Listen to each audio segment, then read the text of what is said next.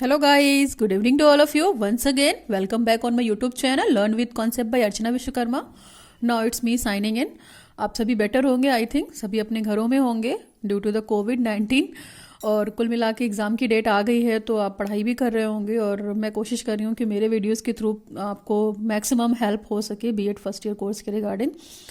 आपको पता है कि हम जो प्रीवियस वीडियो मैंने देखा पढ़ा हुआ है, मैंने डाला हुआ है, अपलोड किया हुआ है, वो language across the curriculum course से रिलेटेड है, जिसको कोर्स 4 बोलते हैं हम पाठ्यक्रम में भाषा, ठीक ना।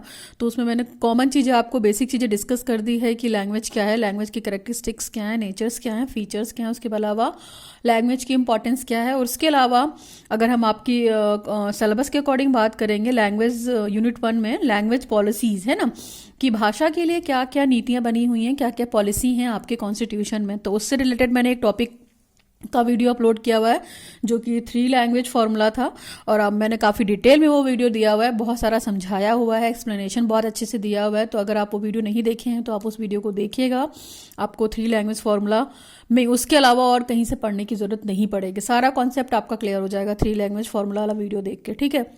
चलिए, आपका यूनिट फर्स्ट का ही जो लैंग्वेज पॉलिसीज वाला टॉपिक है उसी में हम सेकेंड टॉपिक आज स्टार्ट करेंगे, कॉन्स्टिट्यूशनल प्रोविजंस, ठीक ना, यानी कि संवैधानिक प्रावधान क्या है भाषा के लिए।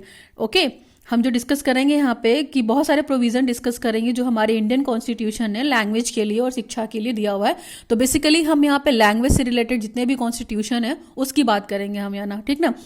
संवैधानिक प्रावधान, कॉन्स्टिट्यूशनल प्रोविजंस फॉर लैंग्वेज, ठीक ना, जो भी हमारे भारतीय संविधान है उसने भाषा को लेकर क्या क्या संविधान दिए हैं, क्या क्या प्रावधान है और कौन कौन से आर्टिकल इसके तहत आते हैं, उन सब चीज़ों के बारे में डिटेल डिस्कस करेंगे, ठीक ना। लेकिन आपको पता है कि ये लॉन्ग क्वेश्चन में आएगा और ये इंपॉर्टेंट भी है लॉन्ग क्वेश्चन के लिए, तो आप इस वीडियो को पूरा देखिएगा। थोड़ा सा वीडियो लेंदी होगा बट आपका जो ये आंसर होगा वो क्लियर हो जाएगा। तो ये लॉन्ग क्वेश्चन में आएगा और ये बहुत इंपॉर्टेंट है। ओके, तो आप इस चीज़ को देखिएगा। होप यू अंडरस्टैंड या hope you getting my point, में क्या कहने की कोशिश कर रही हूँ। तो पूरा डिटेल वीडियो करेंगे हम, सो हैव पेशेंस। स्टार्ट करते हैं। जैसे आपसे पूछा जाएगा कि कॉन्स्टिट्यूशनल प्रोविजन क्या है, तो हम ऐसी तो नहीं बात करेंगे ना, पहले हम क्वेश्चन, इससे रिलेटेड एक क्वेश्चन आएगा आपका। अगर क्वेश्चन की हम बात करेंगे तो डिस्कस द, उस क्वेश्चन को पहले डिस्कस कर लेते हैं कि उस क्वेश्चन में क्या क्या लिखना है आपको। डिस्कस द वेरियस प्रोविजंस, है ना, discuss the various provisions for, discuss the various positions of Indian constitution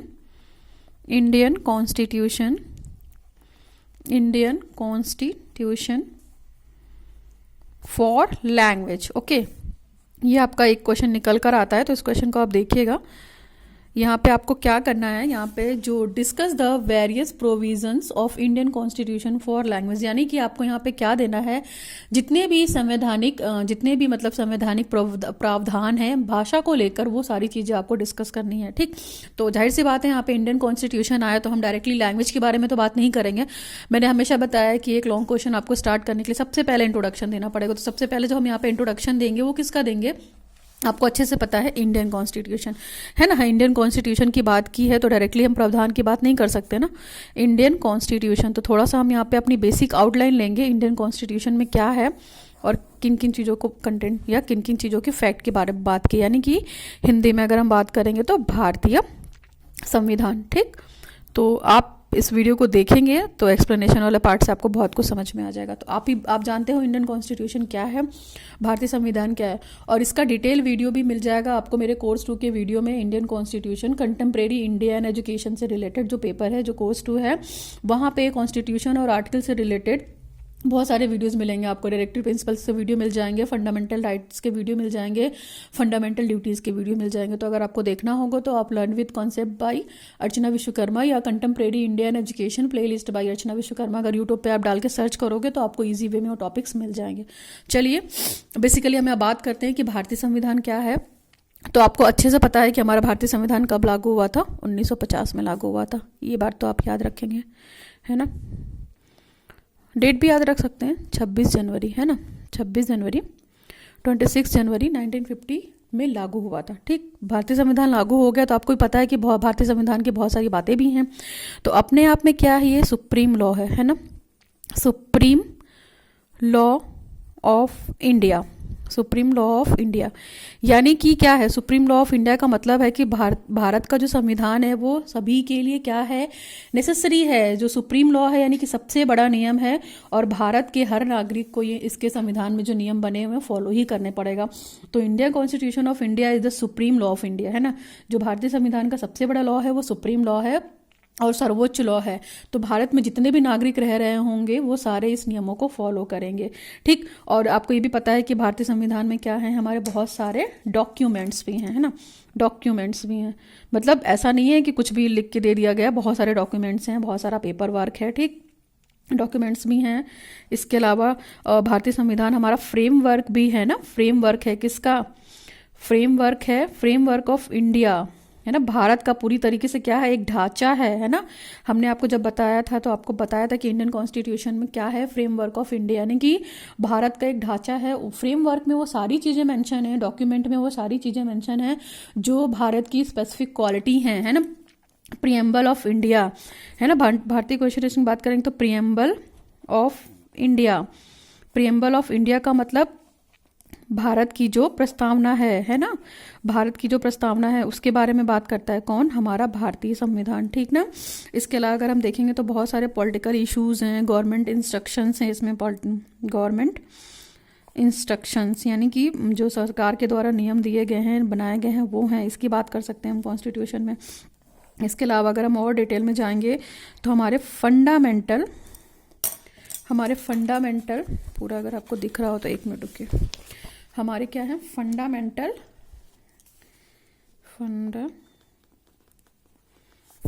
rights, ठीक ना। फंडामेंटल राइट्स भी हैं आपके, ठीक ना। फंडामेंटल राइट्स के अलावा अगर हम बात करते हैं तो डायरेक्टिव प्रिंसिपल्स की बात है ना। नीति निर्देशक तत्व। फंडामेंटल राइट्स हमारे मौलिक अधिकार, है ना। मौलिक अधिकार, इतनी हिंदी आप समझ रहे होंगे, मैं कोशिश तो कर रही हूँ कि पूरी तरीके से समझा सकूँ आपको। इसके बाद अगर हम बात करते हैं तो किसके फीचर्स की बात की? डायरेक्टिव एलिमेंट्स यानी नीति निदेशक तत्व, है ना। नीति निदेशक तत्व, इसके बारे में बात की है पूरी, है ना। तो डायरेक्टिव प्रिंसिपल्स का कॉन्स्टिट्यूशन, आप इन सब चीज़ों के बारे में बताएंगे। फिर ड्यूटीज़ ऑफ सिटीजन्स क्या हैं, है ना। ड्यूटीज़ ऑफ सिटीजन, यानी जो भारत के नागरिक हैं उनके क्या कर्तव्य हैं, है ना। इसकी बात भी करता है कौन? Indian constitution. तो इतने सारे फीचर्स मैंने आपको बताए हैं ना। और हमने आपको अगर देखे मेन चीज़ें देख लीजिए एक बार। सुप्रीम लॉ है भारतीय संविधान, ठीक, जो सभी के द्वारा मान्य होगा। भारत में जितने भी नागरिक हैं वो सभी इसको फॉलो करेंगे, ठीक ना। और ये लागू कब हुआ था? 26 जनवरी 1950 को पूरे भारत में लागू हुआ था। डॉक्यूमेंट्स हैं इसमें बहुत सारा फ्रेमवर्क है। फ्रेमवर्क में वो सारी चीज़ें मैंशन है जो भारत के नागरिकों को फॉलो करनी है। प्रियम्बल ऑफ इंडिया यानी कि भारत की प्रस्तावना है एक तरीके से। अगर कॉन्स्टिट्यूशन हम उठा के देखेंगे तो वो भारत का पूरा एक प्रस्तावना है।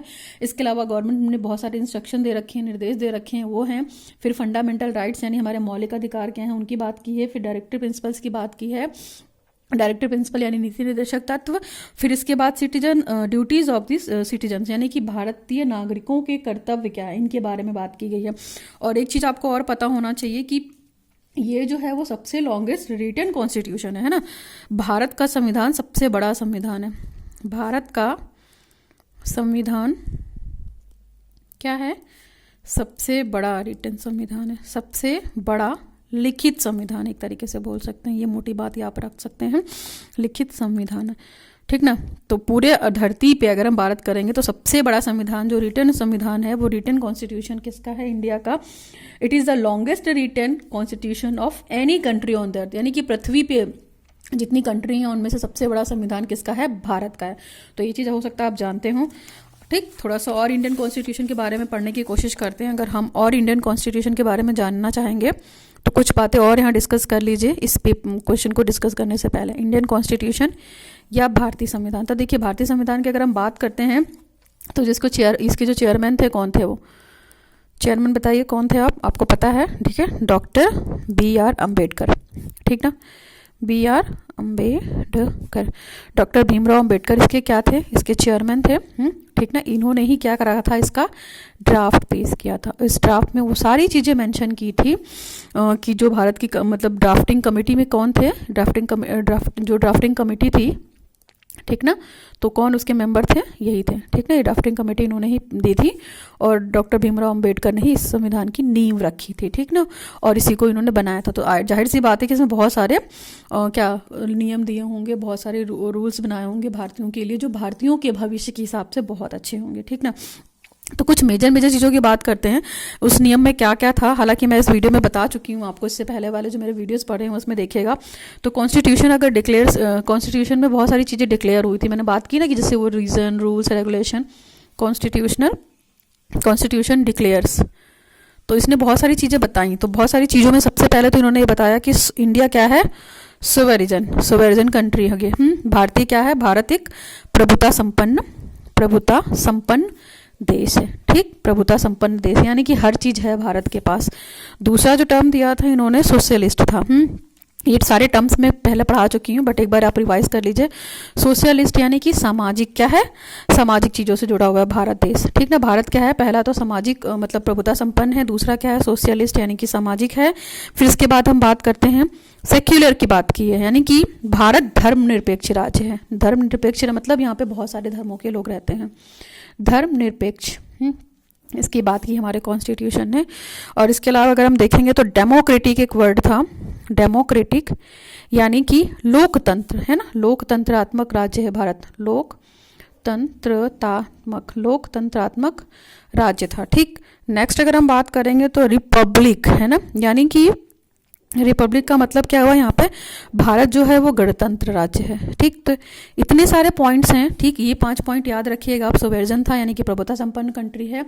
अगर फीचर्स की बात करेंगे हम, भारतीय संविधान ने ये चीज़ें डिक्लेयर की हुई हैं, ठीक। सोशलिस्ट यानी कि सामाजिक है, सेक्युलर यानी कि धर्मनिरपेक्ष है, डेमोक्रेटिक यानी कि लोकतंत्रात्मक है, रिपब्लिक यानी कि गणतंत्र, ठीक।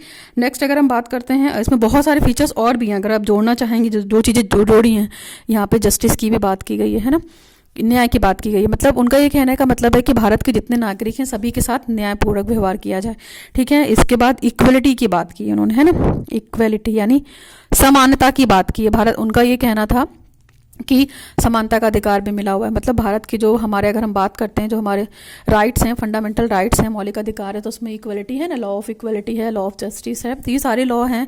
तो भारत के जितने भी नागरिक हों सबको समानता का अधिकार प्राप्त हो, सबको न्याय मिलने का भी अधिकार हो। इसके बाद लिबर्टी भी है, लिबर्टी का मतलब भी स्वतंत्रता, यानी कि भारत जो है, भारत के जो नागरिक हैं वो कहीं भी रहने के लिए स्वतंत्र हैं, किसी भी तरीके की भाषा यूज़ करने के लिए स्वतंत्र हैं, बस वो लॉ एंड ऑर्डर के तहत होनी चाहिए। मतलब स्वतंत्र इन द सेंस कि अपनी मर्जी से वो जी सकते हैं, अपनी मर्जी से वो वेशभूषा पहन सकते हैं, अपनी मर्जी का भाषा चूज़ कर सकते हैं, जो भी वो कल्चर अडॉप्ट करना चाहें वो कल्चर अडॉप्ट कर सकते हैं। बस किसी को उनके कल्चर अडॉप्ट करने से सामने वाले को हानि ना हो, वो किसी के साथ वायलेंस वाला बिहेव ना सो करे, ये सारी चीज़ें हैं, ठीक ना। और एक और अगर वर्ड आप जोड़ना चाहेंगे तो फ्रेटर्निटी भी है ना, फ्रेटर्निटी यानी कि भातृत्व यानी कि ब्रदरहुड या भाईचारे की। तो ये मेन जो कैरेक्टरिस्टिक फीचर्स थे वो इंडियन कॉन्स्टिट्यूशन के थे, ठीक ना। इसको जो चेयरपर्सन थे डॉक्टर भीमराव अंबेडकर थे, उन्होंने ड्राफ्टिंग कमेटी में बहुत सारी चीज़ें कही थी और कॉन्स्टिट्यूशन ने बहुत सारी चीज़ों का डिक्लेरेशन किया था। सोवेरिजन, सोशलिस्ट, ठीक ना, secular, democratic, Republic, justice, equality, liberty and fraternity. इतनी तो मेन चीजें हुई आपके भारतीय संविधान से। तो आप ये जो कॉन्स्टिट्यूशन वाला क्वेश्चन अटेंड करेंगे, discuss the various provisions of Indian constitution for language, तो सबसे पहले आप भारतीय संविधान को डिस्क्राइब करेंगे, पूरा इंट्रोडक्शन देंगे आप, ठीक ना। और इंट्रोडक्शन देने का एक सबसे अच्छा तरीका है फ्लो चार्ट। आप बनाइए, पूरे पेज पे बनाइए, और उसके बाद इसके सारे कैरेक्टरिस्टिक्स फीचर्स के लिए भी एक फ्लो चार्ट बना सकते हैं। मैंने यहाँ पे ऐसे बना दिया है, आप फ्लो चार्ट के माध्यम से भी बना सकते हैं, ठीक ना। तो ये तो मेन बात हुई वो। अब हम बात करते हैं कि भारतीय संविधान ने लैंग्वेज से रिलेटेड क्या क्या बातें की हुई हैं। तो आप थोड़ा सा वो भी जानने की कोशिश कीजिए, क्योंकि देखिए उसके बिना हमारी जो नॉलेज होगी वो बिल्कुल इनकम्प्लीट होगी। तो अब हम जो हमारा मेन टॉपिक होगा ना पूरा, वो कॉन्स्टिट्यूशनल प्रोविजन फॉर लैंग्वेज हो जाएगा। एक और फ्लो चार्ट बन सकता है, कॉन्स्टिट्यूशनल प्रोविजन फॉर लैंग्वेजेस, यानी कि भाषा के लिए जो हमारे संवैधानिक प्रावधान है वो क्या क्या हैं उसके बारे में थोड़ी सी बात करेंगे, ठीक ना। तो देखिए सबसे पहला अगर संवैधानिक प्रावधान की अगर हम बात करते हैं, ठीक, तो अगर हम देखेंगे, नहीं तो कुछ भी नहीं, तो आपको ये पता ही होना चाहिए कि जो हमारा भारतीय संविधान है वो, आपको पता है भारत कंट्री मल्टीलिंग्विज्म कंट्री है, बट फिर भी, ठीक ना।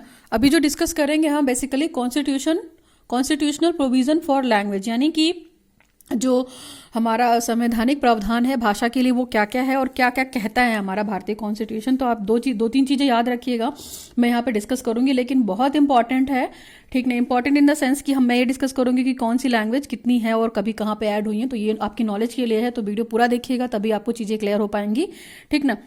अगर हम बात करते हैं कॉन्स्टिट्यूशनल प्रोविजन ऑफ लैंग्वेज में, सबसे पहले तो संविधान की जो 8th अनुसूची है, यानी कि हम अगर बोलेंगे 8वीं अनुसूची है, तो उसके हिसाब से अगर 8वीं अनुसूची जो कि मतलब क्या किया गया था, संविधान में संशोधन किया गया था, तो 1950 में ऐड किया गया था, ठीक ना। 8वीं अनुसूची 1950, ठीक। 1950 में आप ये याद रखिएगा कि यहाँ पे जो भाषाएं ऐड की गई थी वो 14 भाषाएं थी, ठीक ना, 14 भाषाएं, ठीक। आप अपने आंसर में इन 14 भाषाओं को डिनोट करेंगे तभी आपका आंसर थोड़ा इफेक्टिव होगा। मैं यहाँ पे आपको बता दे रही हूँ कि वो कौन सी 14 भाषाएं हैं। अगर आप बात करेंगे यहाँ पे, तो मैं चलिए 14 लैंग्वेज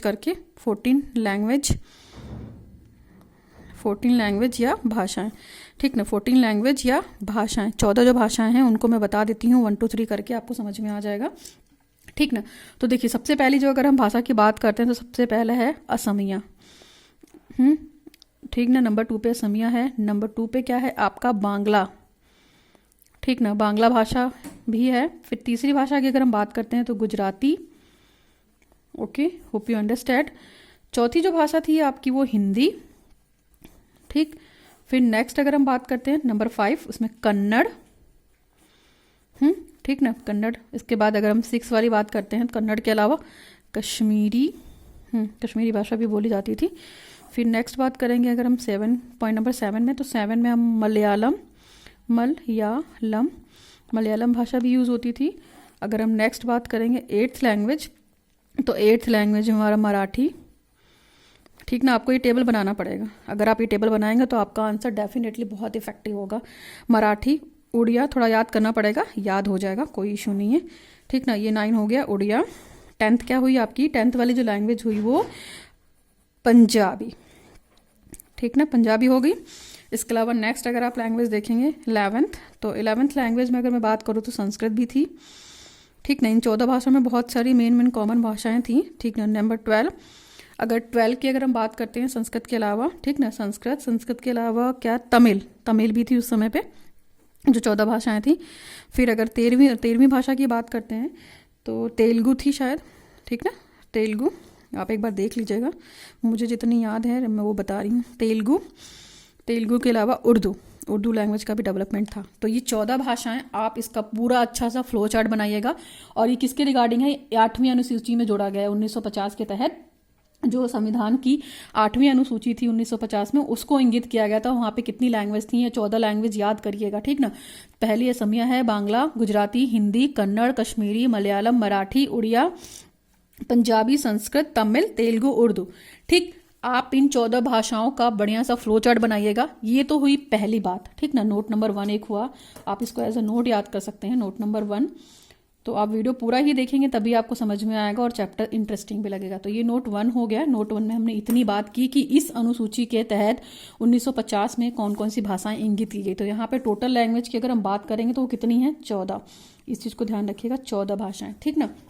ओके, 14 भाषा, इतनी चीज़ क्लियर हुई आपको। ओके, आगे बढ़ते हैं। चलिए आगे बढ़ते हैं। तो उसमें अगर हम बात करते हैं तो जो नेक्स्ट वाला संशोधन हुआ है, अगर नोट नंबर 2 की बात करते हैं हम, नोट 2 की अगर हम बात करते हैं, ये सारी ब्रीफ नॉलेज इसलिए दे रही हूँ मैं ताकि आपको जो आगे का टॉपिक पढ़ने से पहले सारी चीज़ें आपको कंसर्न में रहें। तो जब भारत में 21वां संशोधन हुआ था, ठीक ना, 21वां संशोधन हुआ था, कितने में हुआ था आपको पता है, 1967, ये डेट याद रखिएगा आप। 21वां संशोधन जो हुआ था 1967 में हुआ था, ठीक ना। इसमें क्या किया गया था, इसमें एक भाषा को ऐड किया गया जिसको हम क्या बोलते हैं, सिंधी भाषा, ठीक ना। आप काउंट करते जाइएगा कितनी भाषा है, सिंधी भाषा। तो यहाँ पे सिंधी भाषा को ऐड किया गया था, ठीक ना। किसमें, वही वाला हाल है, मतलब उसी 8वीं अनुसूची में शामिल किया गया इसको, इस चीज़ को याद रखिएगा, ठीक। फिर नोट नंबर 3 में आते हैं हम, तो वही 8वीं अनुसूची में ही अगर हम बात करते हैं नोट नंबर 3 में, तो सब उसके बाद 71वां संशोधन में, जो कि कब हुआ था, दिख रहा है वीडियो में आपको, 71वां संशोधन तो हुआ था हमारा 2003 में हुआ था। तो इसमें भी कुछ भाषाएं ऐड की गई थी। देखिए पहली भाषा इसमें क्या थी उस समय, कोंकणी, कोंकणी को ऐड किया गया, ठीक ना। दूसरी भाषा इसमें क्या थी, मणिपुरी, जो मणिपुर के लोग बोलते थे, मणिपुरी।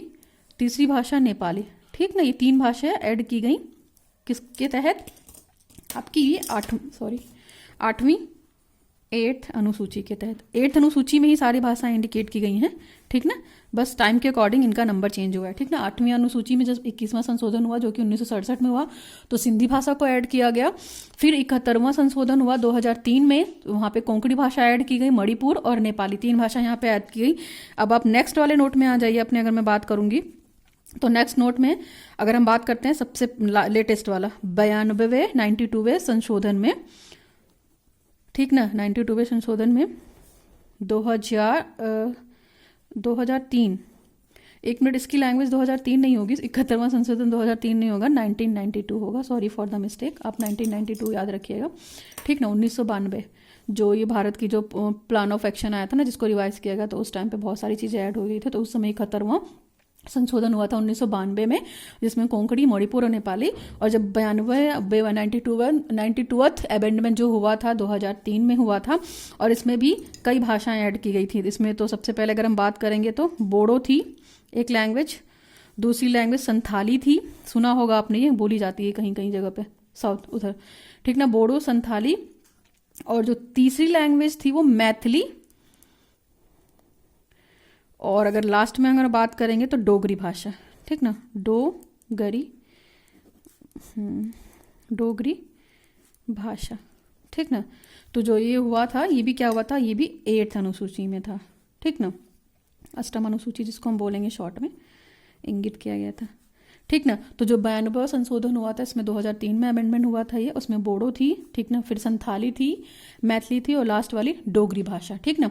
तो ये भाषाएं टोटल मिला के अगर हम देखेंगे तो कितनी भाषाएं ऐड की गई हैं आपको, अगर मोटा मोटा बोलना चाहेंगे तो टोटल लैंग्वेज कितनी हो गई आपकी, पहले कितनी थी, 14 भाषाएं थी ना आपकी, पहले 14 थी, ठीक ना। 14 भाषाएं जो क्या 1950 में जो संशोधन हुआ था 8वीं अनुसूची में इंगित की गई थी। फिर इसके अलावा वहाँ पे क्या हुई, 8 भाषाएं और ऐड की गई हैं, ठीक ना। टोटल मिला के कितना हो गया ये, टोटल मिला के आपकी ये 22 लैंग्वेज होगी। तो करंट टाइम में हमारी जो भाषा है वो 22 भाषा है, और ये 22 भाषा जो हमारे भारतीय प्रांत में बोली जाती है, ये इन्हीं का इम्प्लीमेंटेशन है। तो ये 22 लैंग्वेज याद रखिएगा, आपको ये भी बनाना पड़ेगा। आप इसको अच्छे से फ्लो चार्ट के माध्यम से बनाइएगा, चीज़ें कम भी लिखेंगे तो चलेगा, बट फ्लो चार्ट और जो मैंने नोट्स बताए आप इसे जरूर याद रखिएगा, सन याद रखिएगा, अदरवाइज आपको दिक्कत हो जाएगी, ठीक ना। तो ये 22 भाषाएं हो गई। 2-3 चीज़ें और देख लीजिए, फिर हम अपने नोट्स पे आ जाएंगे, ठीक ना। अगर हम नेक्स्ट नोट की बात करेंगे, नोट नंबर 5, तो जो भारत की राजभाषा है हम बात करते हैं, आपको पता है हिंदी है ना। भारत की राजभाषा जो है उसकी जो लिपि है वो आपको पता है देवनागरी लिपि है ना। तो जो हमारा संविधान है उसकी बात करता है, हमारी जो स्क्रिप्ट है वो देवनागरी लिपि है, ठीक ना। उसमें क्या हिंदी भाषा का यूज़ करते हैं, ठीक ना। अगर जो कि अगर हम आर्टिकल पढ़ने जाएंगे तो यहाँ पे 343 का जो ए पार्ट है उसमें डिस्कस किया गया है कि भारत की जो राजभाषा है वो देवनागरी लिपि में होनी चाहिए, जो कि हम हिंदी में पढ़ते हैं, ठीक ना। दूसरी सहभाषा यानी कि मतलब जो हिंदी के साथ साथ चलेगी वो भाषा, उस भाषा को इंग्लिश को ऐड किया गया हिंदी की सहभाषा के रूप में, जो हिंदी के साथ साथ अंग्रेजी भी चली जाएगी। तो स्टार्टिंग में जो इसको रखा गया था, स्टार्टिंग में इसको 15 साल के लिए रखा गया था, ठीक ना, कि जो हिंदी के साथ इंग्लिश चलेगी वो 15 साल के लिए फिक्स कर दिया गया। फिर टाइम जैसे जैसे चेंज हुआ, चीज़ें जैसे जैसे चेंज हुई, ठीक ना, तो बहुत सारी चीज़ें इंप्लीमेंट होती हैं ना। तो फिर एक एक्ट आया जिसको हम लोग बोलते हैं ओला एक्ट। अगर हम बात करते हैं तो नोट करके कर सकते हैं आप, ओला एक्ट जो कि आया था 1963 में। ये आपका ओला कैब वाला ओला नहीं है जिसको हम बुक करते हैं, वो ओला नहीं है। ये जो ओला एक्ट है total goes for the official language, ठीक ना, ऑफिशियल लैंग्वेज एक्ट जिसको हम शॉर्ट में बोलते हैं ओला एक्ट, गिवन इन 1963। तो ये जो एक्ट आया था ओला एक्ट, इसको आप याद रखिएगा, ऑफिशियल लैंग्वेज एक्ट, यानी कि जो हमारी इंग्लिश सहभाषा है उसको 15 साल के स्टार्टिंग में मतलब फिक्स कर दिया गया था। उसके अलावा इसको फिर जब ओला एक्ट आया तो इसको क्या कर दिया गया, इंग्लिश को परमानेंट कर दिया गया हिंदी की सहभाषा के रूप में। तो परमानेंट क्या हो गया यहाँ पे, इंग्लिश परमानेंट हो गया सहभाषा के रूप में, यानी जो ऑफिस में लैंग्वेज वगैरह यूज़ होंगी वो हिंदी के साथ साथ अंग्रेजी भी यूज़ होंगी। तो होपफुली आपने इतना एक्सप्लेनेशन देखा होगा तो आपके बहुत सारे डाउट्स यहाँ से क्लियर हुए होंगे। बाकी अगर आप वीडियो नहीं देखेंगे तो आप बहुत कुछ मिस करेंगे इस वीडियो में। मैंने पूरा यहाँ पे आधे घंटे एक्सप्लेनेशन जो दिया है ना, वो अपने पॉइंट ऑफ व्यू से दिया है। और दूसरी चीज़ें, इतना एक्सप्लेनेशन किसी टॉपिक का कोई नहीं देता है, तो आपको इतना करना पड़ेगा लॉन्ग क्वेश्चन, तभी ये हैंडल हो पाएगा, ठीक ना। फिर कॉन्स्टिट्यूशन प्रोविजन बताया, उस चीज़ को ध्यान रखिएगा। और जितने ये नोट्स करके बताया ना, इसको आप अपना लिख भी लीजिएगा। आप अपने नोट्स बनाएंगे ना तो वो ज़्यादा बेटर रहेगा आपके लिए और हेल्पफुल रहेगा। और ये नोट हमेशा काम आएंगे, फ्यूचर में भी काम आएंगे। केवल बीएड कोर्स 4 के पर्पज से मत बनाइएगा। ये हमेशा सीटेट में पूछे जाते हैं। सीटेट का तो बिल्कुल मतलब इतना पोर्शन अगर लैंग्वेज का उठाएंगे ना आप, इससे रिलेटेड बहुत सारे क्वेश्चन मिलेंगे कि कौन से कॉन्स्टिट्यूशन में कौन सी भाषा ऐड की गई, कौन सा संशोधन हुआ था तो उसमें कौन सी भाषा ऐड की गई, ये सारी चीज़ें आप ध्यान रखिएगा। 21वां संशोधन हुआ था तो सिंधी भाषा ऐड हुई, 71वां हुआ, 1992 में तो कोंकणी, मणिपुर, नेपाली, ठीक ना, 92वां हुआ बोडो, संथाली, मैथिली और डोगरी भाषा। तो ये सब चीज़ें याद रखती हैं। और टोटल जो 22 लैंग्वेज है हमारे संविधान में, इसकी बात करते हैं। हमने राजभाषा, देवनागरी, हिंदी आपको पता है, और सहभाषा के रूप में हम इंग्लिश का प्रयोग करते हैं, जो कि 15 सालों के लिए पहले फिक्स हुई थी। फिर इसके बाद ओला एक्ट आया। ओला एक्ट याद रखिएगा, ओला एक्ट से रिलेटेड भी क्वेश्चन है। ऑफिशियल लैंग्वेज एक्ट, जो कि इसके बाद इंग्लिश को परमानेंट कर दिया गया, ठीक। तो इतनी सारी चीज़ें मैंने बात की। फिर हमने कॉन्स्टिट्यूशन प्रोविजन ऑफ लैंग्वेज के लिए बात की, आपको 14 भाषाएं पूरी डिटेल में दी। इसको आप जरूर डिनोट कीजिएगा, इससे आपका आंसर बहुत रिप्रेजेंटेटिव हो जाएगा और देखने लायक हो जाएगा, ठीक ना। ओके, इसके अलावा हमने इंडियन कॉन्स्टिट्यूशन की पूरी डिटेल बात की कि इंट्रोडक्शन आपको यहीं से स्टार्ट करना है, और जो क्वेश्चन था मैंने वो भी डिस्कस कर दिया, ठीक।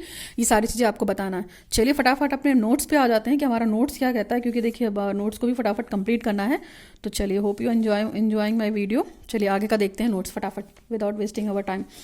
देखिए अब मैं फटाफट रीड करूंगी और फटाफट आपको पॉइंट एक्सप्लेन कर दूंगी, क्योंकि बहुत सारा डिटेल वीडियो आपको दे दिया मैंने एक्सप्लेनेशन में। ओके, चलिए पहला पॉइंट जो यहाँ पे दे रखा है आपका, Indian constitutional policies concerning the use of language, ठीक ना। Language reflects the economic and the cultural evolution within this the diverse and the multilanguage. आपको पता है कि जो भारत क्या है, अगर भारत भाषा के उपयोग के संबंध में अगर भारत की संवैधानिक नीतियां पढ़ेंगे तो उसमें आपको बहुत सारी चीज़ें मिलेंगी। भारत जो है मल्टीलिंग्विज्म कंट्री है, उसकी अपना एक खुद का कल्चर है, और भारत के अंदर आप देखेंगे कि मल्टीकल्चरिज्म भी है, मल्टीलिंग्विस्टिक भी है, यानी कि हर तरह की भाषा यूज़ की जाती है, चाहे वो यूपी हो, हरियाणा हो, बिहार हो, छत्तीसगढ़ हो, हर तरह की लैंग्वेज यूज की जाती है, ठीक ना।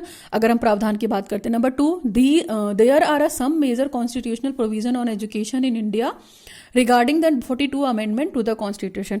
यानी कि भारत में संविधान के 42वें संशोधन के संबंध में शिक्षा पर भी बहुत सारे कॉन्स्टिट्यूशन हुए हैं 42वें अमेंडमेंट के तहत, ठीक ना।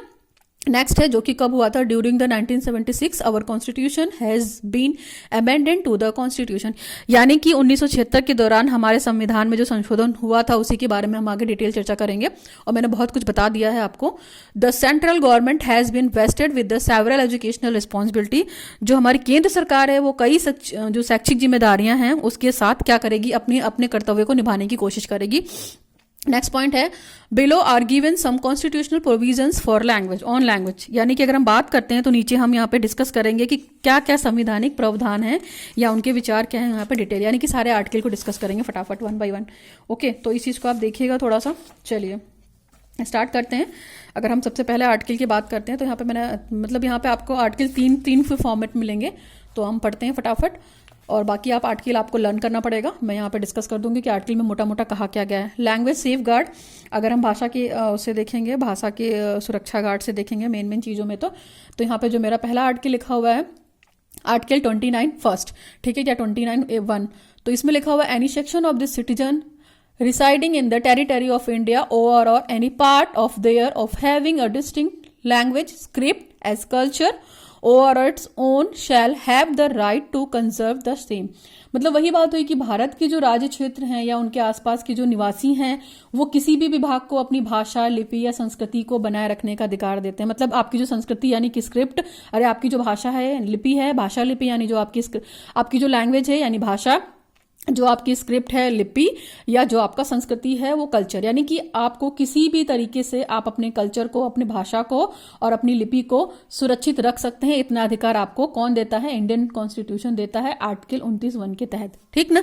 नेक्स्ट आर्टिकल है हमारा आर्टिकल 30 क्या कहता है? Seeks to protect the rights of all minorities of any section of citizens residing the anywhere in India to conserve its distinct language, script or culture and the prevent discrimination against the minorities on grounds of religion, race, language or any of them in educational institution। देखिए article 30 आप बहुत बार पहले भी पढ़ चुके होंगे, फिर भी यहाँ पे मोटा मोटा मैं बता दे रही हूँ कि जो आर्टिकल 30 है वो ये कहता है कि धर्म या भाषा के आधार पर हम सभी जितने माइनॉरिटीज वर्ग हैं उनको अपनी रुचि के अनुसार उनके एजुकेशनल जो इंस्टीट्यूशन अगर वो स्थापित करना चाहते हैं तो उनको वो पूरा प्रशासन का अधिकार होगा, ठीक ना।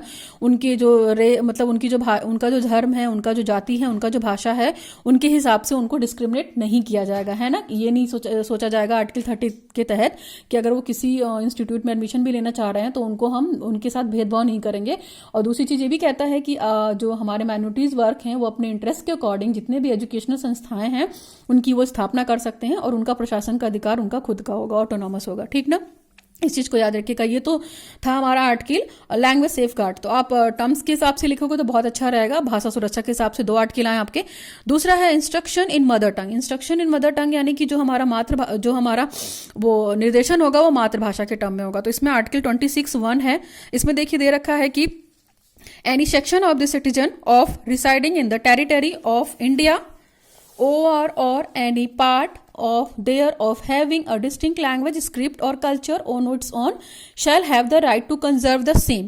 वही चीज कही गई है, बस थोड़ा सा घुमा फिरा दिया गया है। आर्टिकल 26 के 1 में अगर हम बात करते हैं तो भारत के जो क्षेत्र में रहने वाले नागरिक हैं, चाहे वो किसी भी वर्ग के हों, चाहे वो कहीं से भी बिलोंग करते हों, किसी भी पार्ट से हों, उनको अपनी भाषा, उनको अपनी लिपि, उनको अपनी संस्कृति को अपनाता है तो उसको सुरक्षित रखने का अधिकार प्राप्त है, ठीक ना। सुरक्षित इन द मतलब वो अपने भाषा की हानि होते हुए देखेंगे तो उसका अधिकार प्राप्त है कि उनके भाषा की कोई हानि कर रहा है या उनसे वो कोई भी जबरदस्ती लैंग्वेज बुलाना चाह रहा है तो वो भी वो नहीं बुलवा सकता। वो अपनी भाषा, वो अपनी लिपि, वो अपनी संस्कृति को कंजर्व करने का अधिकार रखते हैं, ठीक ना। नेक्स्ट आर्टिकल जो दे रखा है आर्टिकल 350A। तो 350A में देखिए क्या दे रखा है, it shall be the endeavour of every state and every local authority to provide adequate facilities for instruction in the mother tongue at the primary stage of the education to the children belonging to the linguistic minorities group।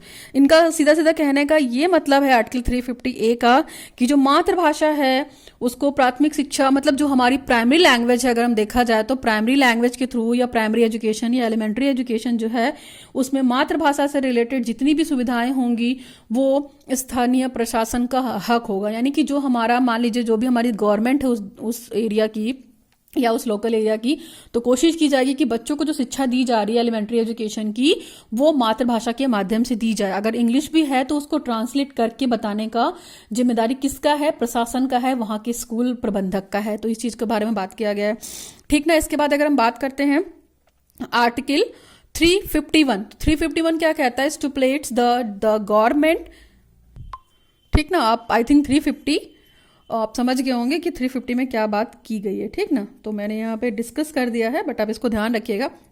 फिर इसके बाद है it also states that the president may issue such direction to any state as the considered necessary or proper securing the provision of such facility.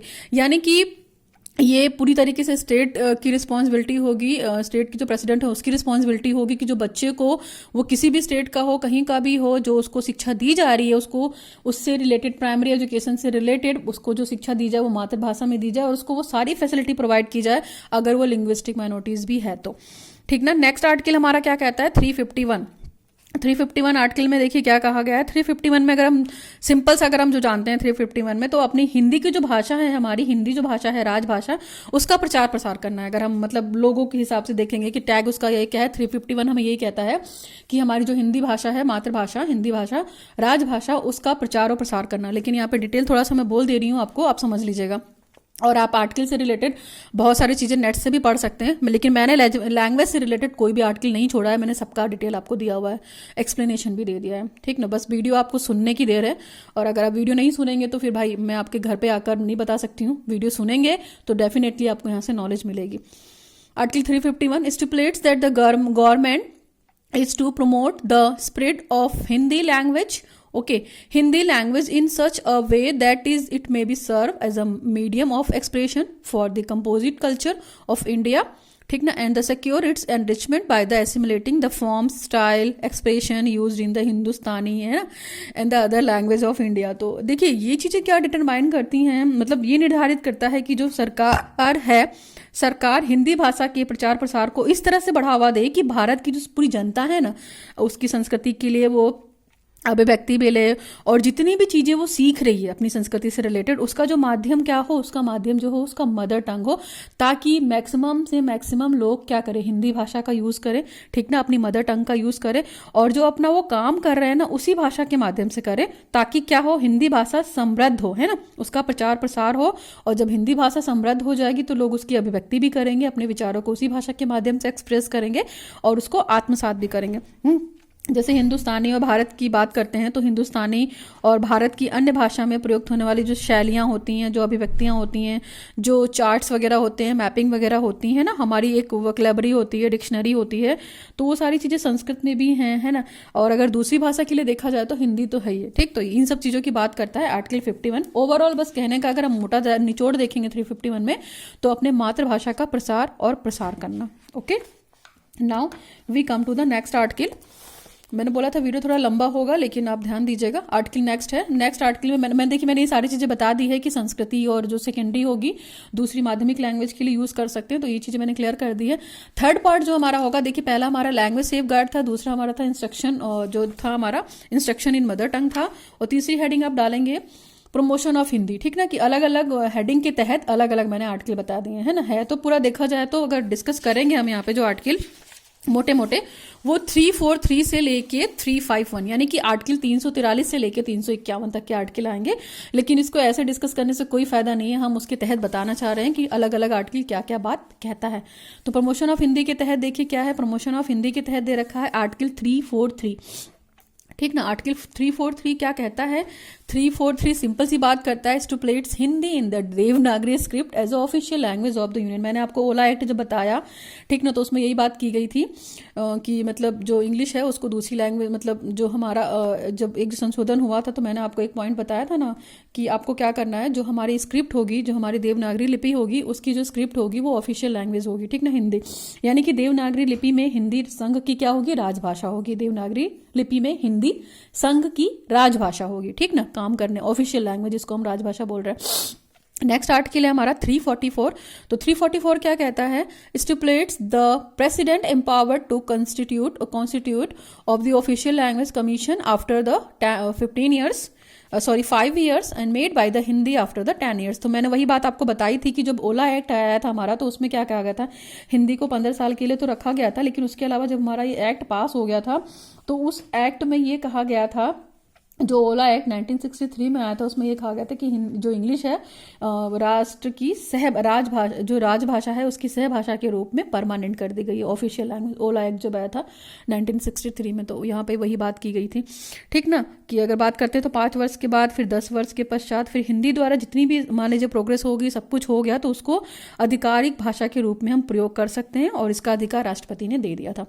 Next है हमारा article 351।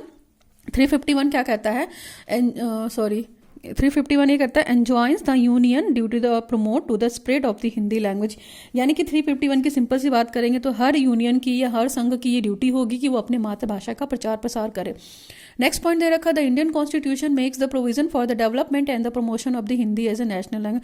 और बहुत सारे उसमें प्रावधान बने थे कि हिंदी के विकास के लिए, हिंदी के प्रचार प्रसार करने के लिए, हिंदी को राजभाषा देने के लिए बहुत सारे उस समय क्या प्रावधान हुए थे, बहुत सारी बहस भी हुई थी, डिबेट भी हुई थी, फिर हिंदी को as a national language consider कर लिया गया, ठीक ना। मैंने डेट भी बताई थी ट्राई लैंग्वेज वाले फॉर्मूलों में, 14 सितंबर 1949 को हिंदी को नेशनल लैंग्वेज के तौर पर एक्सेप्ट कर लिया गया, ठीक ना। चलिए नेक्स्ट पॉइंट हम डिस्कस करते हैं। नेक्स्ट पॉइंट जो हमारा दे रखा है वो अगर हम बात करते हैं तो Hindi accepted as the official language of India. जो हिंदी है उसको ऑफिशियल लैंग्वेज के तौर पे एक्सेप्ट कर दिया गया as the laid down by the constitution in the following, कुछ वर्डों के द्वारा। It shall be the duty of union to promote and spread of the Hindi language, to develop it so that it may be serve as a medium of expression of all elements of the composite culture of India. तो इसमें सिर्फ इतनी भाषा में बोला गया कि हिंदी को भारत की आधिकारिक भाषा के रूप में स्वीकार किया गया, जिसमें बहुत सारी चीजें बोली गई हैं, किसके द्वारा, जो फॉलोइंग वर्ड्स हैं वो संविधान के द्वारा निर्धारित किया गया। तो उसमें ये बोला गया है कि इसको विकसित करने के लिए हिंदी भाषा के प्रचार प्रसार को हमें बढ़ावा देना है। ये संघ का कर्तव्य होगा, यानी कि यूनियन का कर्तव्य होगा, ताकि वो भारत की जो पूरी एकता है, पूरी संस्कृति है, सभी तत्वों को अनुभव के माध्यम से, है ना, रूप में स्वीकार कर सके। और व्यवहार में हिंदी पहले से ही देश के लिए एक बहुत लिंक वाली भाषा के रूप में प्रयोग की जाती है। जैसे अगर प्रैक्टिस की बात करते हैं, इन प्रैक्टिस, तो Hindi is already largely in use as a link language, link है ना, एक connection, link language for the country. यानी कि अगर व्यवहार के बारे में बात करते हैं, प्रैक्टिस के बारे में हम बात करते हैं, तो हिंदी पहले से ही देश के लिए एक लिंक भाषा के रूप में प्रयोग की जाती है। आपको पता है हिंदी टूटी फूटी ही सही भारत बाहर के लोग भी बोल लेते हैं हिंदी, ठीक ना, लेकिन हम जो, अगर हम एक सिंपल सा एग्जांपल देना जाए तो लिंक लैंग्वेज में इसलिए यूज कर सकते हैं कि प्रोबेबली हम लोग हिंदी बोल लेते हैं ना, और जो बाहर वाले यहाँ आते हैं तो यहाँ पे हम लोग का बोलना सुन सुनकर भी वो हिंदी बोल लेते हैं। लेकिन चाइनीज की अगर हम बात करते हैं तो चाइनीज वाले हिंदी क्या कहते हैं, बोल लेते हैं और थोड़ा बहुत समझ भी लेते हैं, लेकिन हमको चाइनीज समझने में बहुत दिक्कत होती है। तो कहीं ना कहीं हिंदी टूटी फूटी ही सही हर जगह बोली जाती है, चाहे वो पंजाब में हो, पंजाब में भी हिंदी बोली जाती है, हरियाणा हो गया, मध्य प्रदेश हो गया, यूपी हो गया, बिहार, छत्तीसगढ़, राजस्थान, कहीं ना कहीं मतलब हिंदी बोली ही जाती है, चाहे भले वो टूटे फूटे फॉर्म में बोली जाई हो, भले उसकी स्क्रिप्ट देवनागरी लिपि ना हो, लेकिन हिंदी बोली जाती है। तो ये बहुत एक लार्ज एरिया है, ठीक ना। चलिए नेक्स्ट आर्टिकल जो हमारा कहता है वो article 345, sorry for the disturbance. Next article है हमारा आर्टिकल 345 या 345। इसमें बेसिकली बोला गया है कि राज्य की राजभाषा क्या होगी और राजभाषाओं के बारे में डिस्कस किया गया है, ठीक ना। तो empowers legislature of a state to adopt any one or more languages in use of a state as a official language. यानी कि जब तक राज्य का जो विधानमंडल है या जो हमारा लॉ है, मतलब जिसको हम लेजिस्लेचर बोलते हैं, विधानमंडल या विधि द्वारा कोई उपबंध ना करे, तब तक राज्य के भीतर उन जितने भी प्रोग्राम हो रहे हैं, जितने भी आयोजन हो रहे हैं, उनके लिए क्या किया जाएगा, ऑफिशियल लैंग्वेज यानी कि अंग्रेजी भाषा का प्रयोग किया जाएगा। और अंग्रेजी भाषा का प्रयोग किया जा रहा है, किया जाता रहेगा, जिसके लिए उसका इस संविधान में प्रारंभ ठीक पहले से बताया जाए। यानी कि राज्य की डिपेंड करता है कि वो हिंदी स्पीकिंग स्टेट है कि नॉन हिंदी स्पीकिंग स्टेट है, ठीक ना, इस चीज को बताता है। नेक्स्ट आर्टिकल हमारा जो दे रखा है आर्टिकल 346। आर्टिकल 346 क्या कहता है, stipulates that the official language of the union shall be the official language for the communication between one state and the another state and the between a state and the union. यानी कि article 346 ये निर्धारित करता है कि जो संघ की आधिकारिक भाषा होगी वो एक राज्य तथा दूसरे राज्य के बीच, एक राज्य और एक संघ के बीच कम्युनिकेशन का क्या होगा, आधिकारिक भाषा होगी। यानी कि अथॉरिटी होगी कि वो अपने जो आपकी आधिकारिक भाषा जो संघ और राज्य के बीच में है, जो एक स्टेट से दूसरे स्टेट के बीच में, उसको मान्यता प्राप्त होगी, वो आधिकारिक भाषा होगी जिसको संविधान ने मान्यता दी होगी, ठीक ना। चलिए अभी 2 आर्टिकल बचे हुए बस आपके, और फिर इसके बाद ये वीडियो खत्म होता है। लेंदी है बट समझ में आ जाएगा, प्लीज़ आप देखिएगा उसको लास्ट तक, देखने के बाद आपको बहुत सारी नॉलेज मिलेगी, ठीक है, ये मैं गारंटी देती हूँ। नेक्स्ट आर्टिकल है हमारा 347 आर्टिकल 347। तो 347 क्या कहता है, देखिए, stipulates that on demand the president may direct the use of language if demand by the sizable number of people. यानी कि आर्टिकल 347 ये डिमांड करता है कि मांग करने पर राष्ट्रपति भाषा का उपयोग करने का निर्देश दे सकते हैं यदि लोगों की एक बड़ी संख्या द्वारा मांग की जाती है। सपोज कीजिए जहां पे जो नॉन हिंदी स्टेट हैं और उनको हिंदी नहीं बोलनी है, ठीक ना, तो वो प्रेसिडेंट से क्या कर सकते हैं, डिमांड कर सकते हैं कि, और उनका मान लीजिए नंबर ज्यादा है, मतलब मेजॉरिटी में है वो नंबर, उनकी लोगों की एक बड़ी संख्या है, तो वो राष्ट्रपति को डिमांड कर सकते हैं कि वो भाषा हम यूज करें, ठीक ना, जो उनकी लोकल लैंग्वेज है या रीजनल लैंग्वेज है या मदर टंग है। Okay, hope you understand. Next and last है आर्टिकल 7, आर्टिकल 348। आर्टिकल 348 क्या कहता है, stipulates the language to be used in the supreme court यानी SC and the high court. यानी कि सर्वोच्च न्यायालय और उच्च न्यायालय में जो प्रयुक्त होने वाली भाषा होगी उसको भी कौन निर्धारित करेगा, आर्टिकल 348 करेगा। और उसमें भी देखिए हिंदी के साथ साथ लैंग्वेज इंग्लिश भी होगी, जो कि मैंने बताया आपको कि सह भाषा के रूप में, सह राजभाषा के रूप में यूज होगी, जो कि सुप्रीम कोर्ट और हाई कोर्ट में भी होगी। तो इंग्लिश जो ऑफिशियल लैंग्वेज यूज हो रही है उसको भी यूज करने देंगे, उसकी मान्यता होगी, इसके तहत बात की गई थी। तो ओवरऑल मेरे हिसाब से ये पूरा वीडियो डन रहता है। आप इस वीडियो को अच्छे से देख लीजिए, पढ़ लीजिए, पढ़कर नोट्स बना लीजिए। आपका ये पूरा लॉन्ग क्वेश्चन जो भी है लैंग्वेज अक्रॉस द कोरिकुलम का 10 मार्क्स का आराम से तैयार हो जाएगा। और ये केवल लैंग्वेज अक्रॉस द कोरिकुलम के लिए काम नहीं आने वाला, आगे जितने भी आप एग्जाम देने जा रहे हो ना, कॉम्पिटेटिव एग्जाम, सब कुछ काम आएगा आपको।